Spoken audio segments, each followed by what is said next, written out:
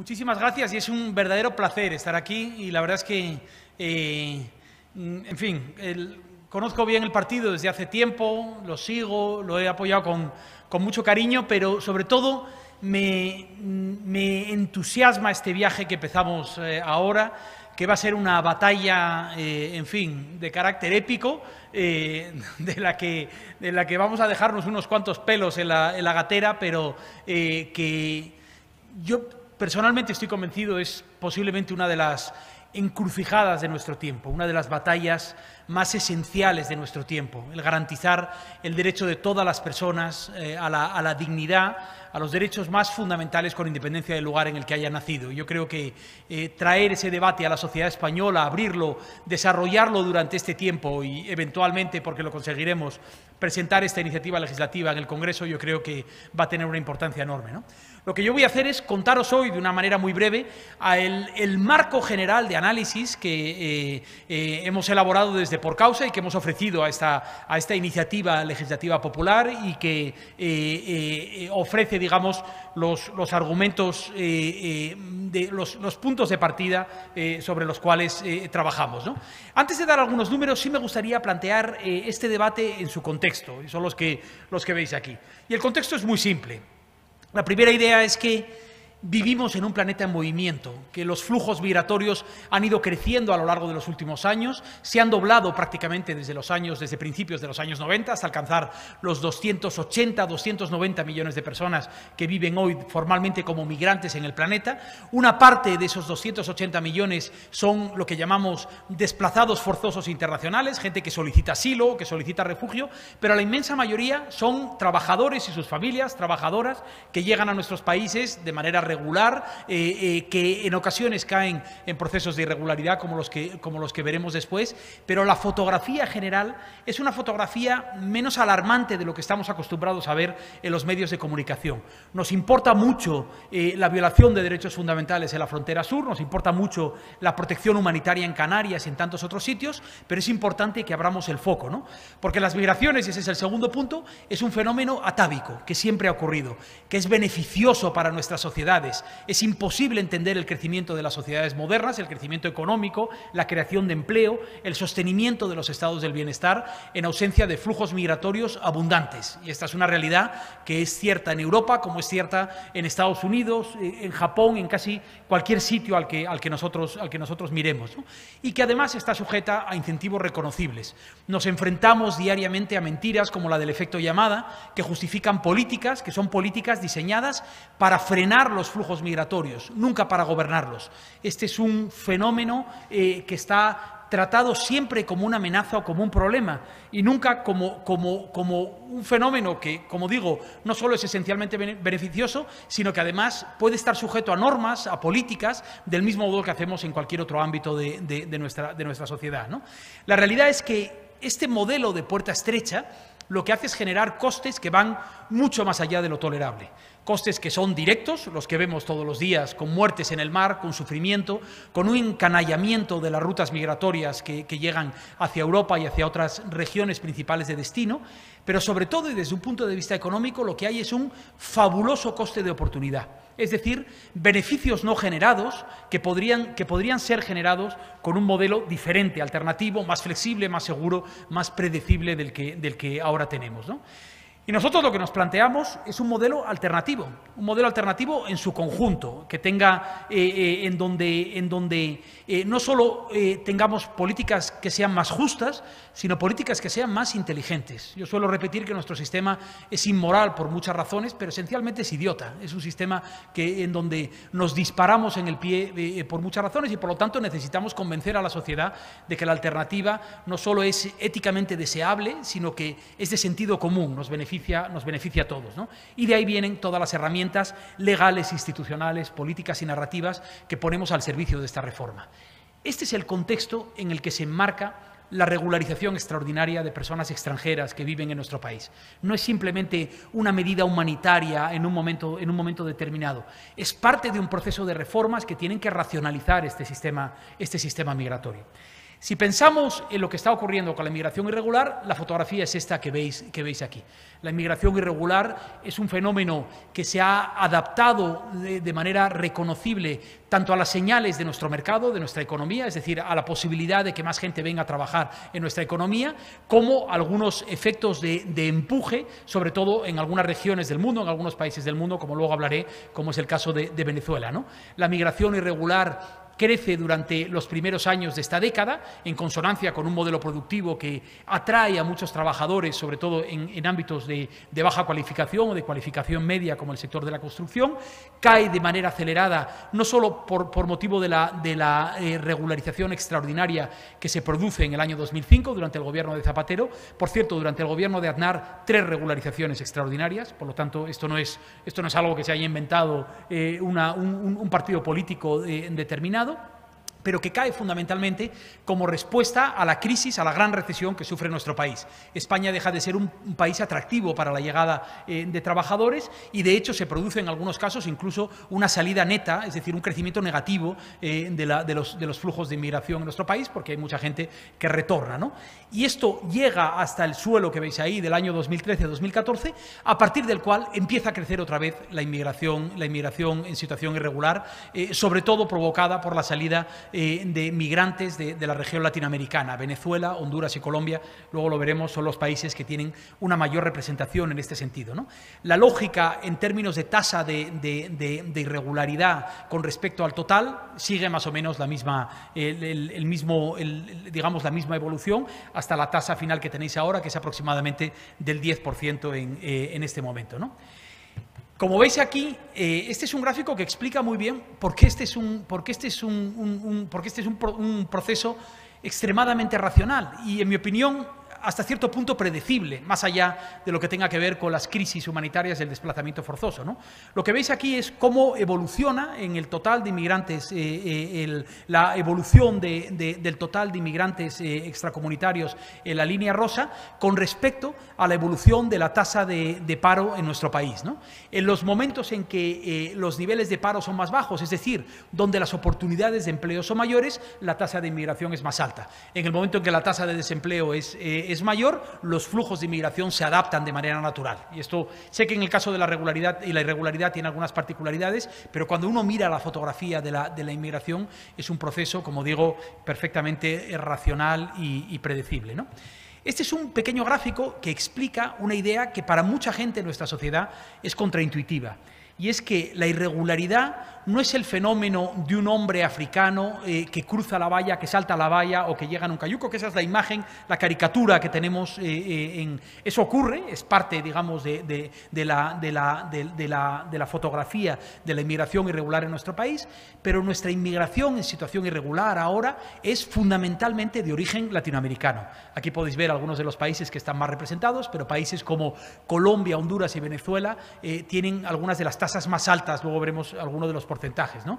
También hay países de África representados allí, sobre todo Marruecos, del norte de África, y en mucha menor medida países de África subsahariana, ¿no? Y sin embargo, como veis, la atención de los medios de comunicación y del debate público está absolutamente centrada en la frontera sur y en lo que ocurre en la frontera sur, ¿no? Y desde luego también de países del este.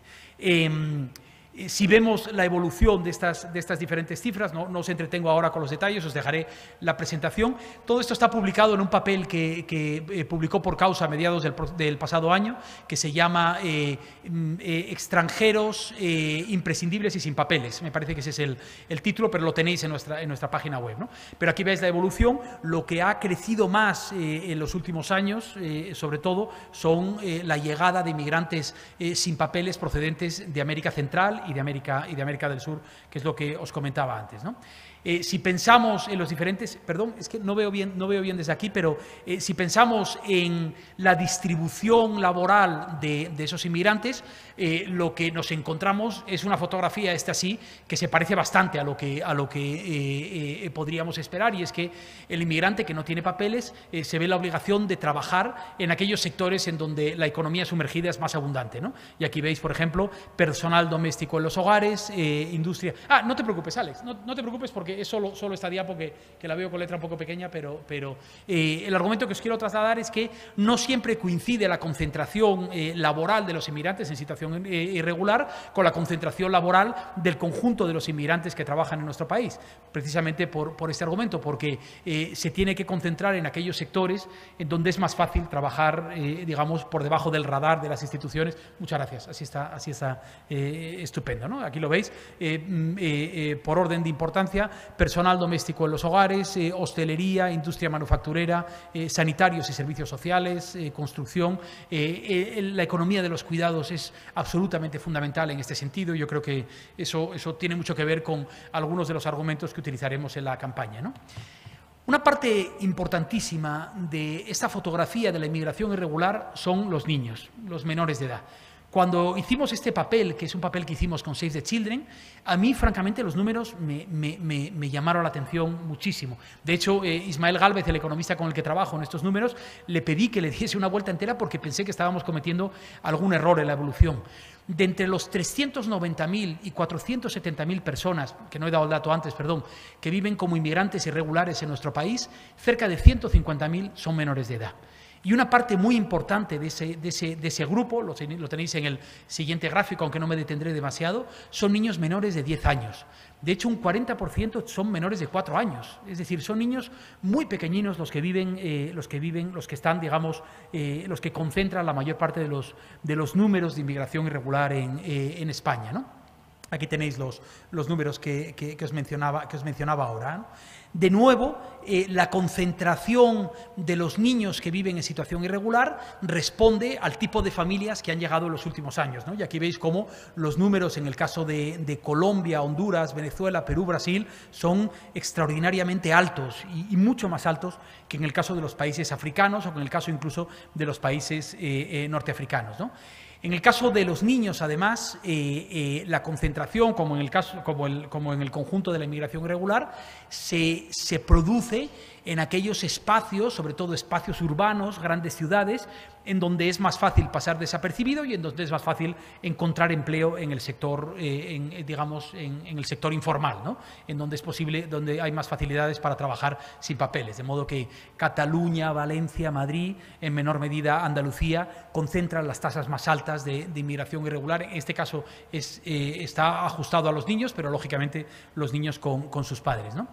No me entretengo en algunos de los detalles, en algunos de los efectos que tiene la inmigración irregular, pero insisto en el aspecto de los niños porque me parece que apuntala el primer argumento fundamental que debemos utilizar a la hora de plantear este debate, y es el argumento ético. La irregularidad es equivalente a una violación directa de los derechos fundamentales de algunas de las personas más vulnerables que viven en nuestro país. Ninguna de ellas más que los niños, y especialmente los niños más pequeños. Este partido sabe muy bien que experiencias de pobreza, sobre todo de pobreza intensa, en una parte, en un estadio inicial de la formación y del crecimiento, pueden tener consecuencias de por vida para quienes lo padecen, ¿no? En el caso de los niños que viven en situación irregular, la pobreza, es decir, el riesgo de vivir en la pobreza o directamente vivir en la pobreza es una realidad constante que afecta a su educación, a su acceso a la sanidad, a su acceso a la protección, a la precariedad, a la vulnerabilidad ante el COVID y ante las consecuencias del COVID, casi a cualquier asunto en el que podáis pensar, ¿no? Por lo tanto, para mí el punto de partida de esta campaña es un punto de partida ético, y yo creo que eso es algo que compartimos todos los que estamos aquí. Necesitamos cambiar esta situación porque no podemos soportar el agujero moral de cerca de 500.000 de personas viviendo en nuestro país sin papeles en una situación de apartheid de facto, ¿no? Pero hay otros argumentos que también son importantes. El segundo argumento clave para mí es el argumento demográfico. Lo que veis aquí es una comparación de las pirámides demográficas, pintadas, en fin, con mi torpeza para la representación gráfica, pero lo que veis a la derecha es la pirámide demográfica del conjunto de quienes tienen la nacionalidad española, ya sea porque sea población autóctona o inmigrantes que ya tienen la nacionalidad española, ¿no? Y lo que veis aquí es una fotografía que se parece bastante a la del resto de Europa. Una población, un modelo de pirámide que crecientemente se va estrechando por su base e incrementando por su cabeza. Es decir, una población cada vez más envejecida. en donde cada vez menos trabajadores tienen que soportar la carga del estado del bienestar, es decir, la financiación del estado del bienestar, porque el número de pensionistas crecen, porque crecen las necesidades del sistema sanitario y porque esta es una lógica que se repite en todas las sociedades que envejecen, ¿no? Europa se acerca rápidamente a una fotografía en la que ya se encuentran países como Japón, por ejemplo. Japón es un país impermeable a la inmigración. Lo han intentado todo antes de abrir las fronteras, han intentado robotizar su sector de los cuidados, han intentado cualquier cosa y ahora se enfrentan a la necesidad de que haya más trabajadores inmigrantes precisamente porque su sociedad no puede soportar eso, ¿no? Si pensamos en general en la población que está aquí en situación irregular, esa población se parece un poco a mí, ¿no? Es el gráfico del medio, ancho la barriga, estrecho la cabeza y en los pies, ¿no? Es una población que todavía digamos, tiene muchos años de una aportación neta al sistema. Es decir, que son trabajadores y trabajadoras que todavía durante bastante tiempo van a seguir aportando al sistema antes de pasar a la jubilación o de empezar a beneficiarse del estado de bienestar al que han contribuido, ¿no? Pero en el caso de la población en situación irregular, esto es lo que llamamos en términos demográficos un bono demográfico. Es decir, es una población esencialmente joven que si se incorporase al mercado de trabajo de una manera regular, supondría una magnífica noticia para el conjunto, para el sostenimiento del estado del bienestar, ¿no? Y esto se puede ver mejor en un ejercicio que hicimos desde Por Causa, que fue tratar de calcular de una manera razonable cuál sería la contribución neta de los inmigrantes que están en situación irregular si se incorporasen al mercado de trabajo. Y para eso hicimos 6 perfiles, los 3 perfiles tipo de las mujeres que trabajan como en situación irregular y 3 perfiles de hombres. Aquí podéis ver los detalles, es decir, están en las actividades del hogar, en la hostelería, tienen más o menos edad, o en el caso de los hombres en la manufactura y en la construcción, o en el sector primario y en la construcción. Es decir, considerando los sectores en los que están, cuál es el ingreso medio de estos sectores, cuál sería la contribución media a través de sus cotizaciones sociales o de sus impuestos directos, cuál sería, digamos, el beneficio para el conjunto de la sociedad si esos trabajadores no solo pagasen impuestos indirectos como hacen ahora, sino que pagasen impuestos directos y contribuciones a la seguridad social, ¿no? Y para daros el titular, para no entrar en los detalles, los números que nos salían son aproximadamente de unos 3.300 a 3.500 euros en positivo por persona y año por cada inmigrante que se regulariza, ¿no? Por lo tanto, de nuevo, una excelente noticia para nuestro sistema económico, ¿no? Y esto es algo que sabemos nosotros, pero es algo que curiosamente sabe perfectamente el ministro de Migraciones, de Seguridad Social y de Inclusión, José Luis Escrivá, porque cuando él era director de la IREF, del organismo de la autoridad fiscal, antes de ser ministro, elaboró algunos de los papeles mejor justificados para sustentar la idea de una regularización desde el punto de vista económico. Y de hecho, en la presentación de su programa al principio de la legislatura, insistió en que España tenía que modificar por completo su sistema migratorio si queríamos hacer frente a las necesidades del mercado de trabajo en los próximos años. Los argumentos demográficos y los argumentos económicos no son los únicos que debemos utilizar. Corremos el riesgo de convertirnos en una campaña utilitarista si utilizamos estos argumentos, pero a una parte de nuestra sociedad estos argumentos les interesan mucho. Y esta es una campaña que, en mi opinión, se tiene que ganar por la izquierda, por el centro y yo diría que incluso por la derecha moderada también. Y tenemos que ser capaces de crear un conjunto de argumentos que apelen a una sociedad que es mucho más diversa que simplemente que quienes compartimos en esta sala, quienes compartimos en esta sala el argumento ético, el primero, que como digo es el punto de partida. Bueno, lo dejo ahí y espero haberos dado una fotografía general de este asunto y yo creo que va a tener muchísima importancia y muchísimo interés escuchar las presentaciones que vienen ahora que explican el camino que tenemos por delante.